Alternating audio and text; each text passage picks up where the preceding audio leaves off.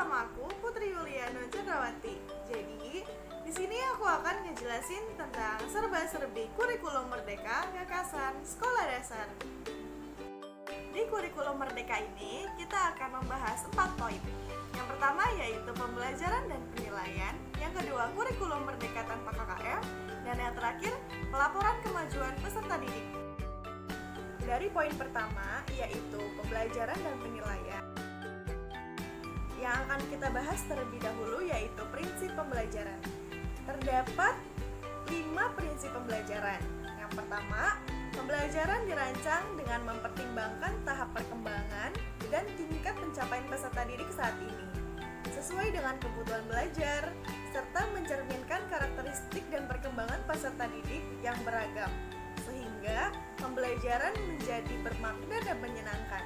Yang kedua, pembelajaran dirancang dan dilaksanakan untuk membangun kapasitas untuk menjadi pembelajar sepanjang hayat. Yang ketiga, proses pembelajaran mendukung perkembangan kompetensi dan karakter peserta didik secara holistik.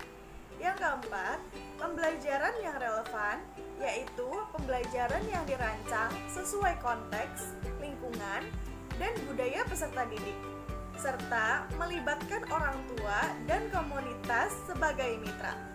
Dan yang terakhir yaitu pembelajaran berorientasi pada masa depan yang berkelanjutan. Selanjutnya yaitu prinsip penilaian atau assessment. Yang pertama, assessment merupakan bagian terpadu dari proses pembelajaran, fasilitas pembelajaran, dan penyediaan informasi yang holistik sebagai umpan balik untuk pendidik, peserta didik, dan orang tua atau wali agar dapat membantu mereka dalam menentukan strategi pembelajaran selanjutnya. Yang kedua yaitu asesmen dirancang dan dilakukan sesuai dengan fungsi asesmen tersebut dengan keleluasaan untuk menentukan teknik dan waktu pelaksanaan asesmen agar efektif mencapai tujuan pembelajaran. Yang ketiga yaitu asesmen dirancang secara adil, proporsional, valid, dan dapat dipercaya atau reliable untuk menjelaskan kemajuan belajar, menentukan keputusan tentang langkah, dan sebagai dasar untuk menyusun program pembelajaran yang sesuai selanjutnya.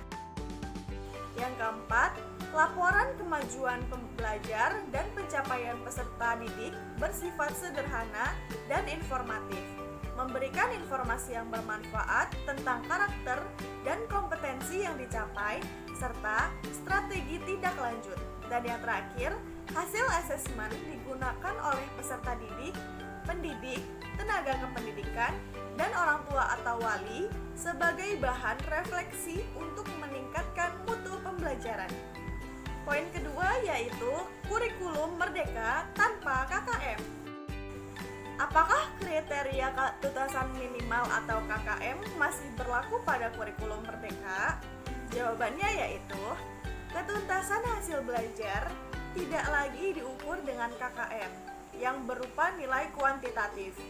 Kriteria untuk menentukan kelayakan peserta didik untuk melanjutkan ke jenjang atau kelas berikutnya merupakan keputusan guru dan satuan pendidikan. Lalu, jika tidak ada KKM, bagaimana guru menentukan capaian belajar peserta didik sudah memadai atau belum?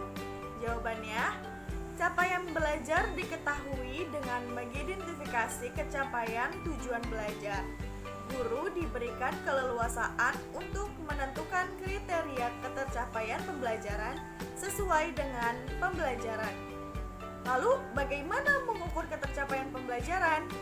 Yaitu suatu pendidikan dan pendidik memiliki kriteria masing-masing dalam menentukan kriteria ketercapaian tujuan pendidikan. Poin yang terakhir atau pelaporan kemajuan peserta didik. Yang pertama, satuan pendidik menyiapkan laporan hasil belajar atau rapor peserta didik.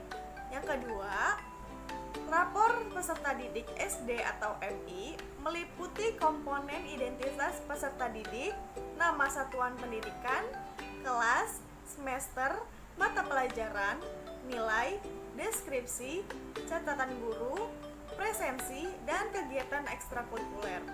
Yang ketiga, satuan pendidikan memiliki keleluasaan untuk menentukan mekanisme dan format pelaporan hasil belajar kepada orang tua atau wali.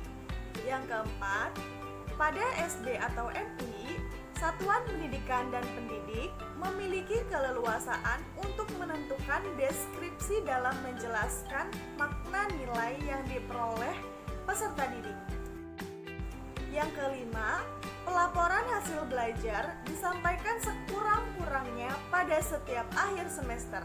Yang keenam, satuan pendidikan menyampaikan rapor peserta didik secara berkala melalui e-rapor atau Dapodik. Yang ketujuh, pada SD atau MI, satuan pendidikan memiliki keleluasaan untuk menentukan kriteria kenaikan kelas dengan mempertimbangkan laporan kemajuan belajar, laporan pencapaian proyek penguatan profil pelajar Pancasila, portofolio peserta didik, prestasi akademik dan non-akademik, ekstrakurikuler, penghargaan peserta didik, dan tingkat kehadiran. Sekian pembahasan dari aku tentang serba-serbi kurikulum merdeka kekasan sekolah dasar. Semoga video ini sangat bermanfaat untuk kalian semua. Wassalamualaikum warahmatullahi wabarakatuh.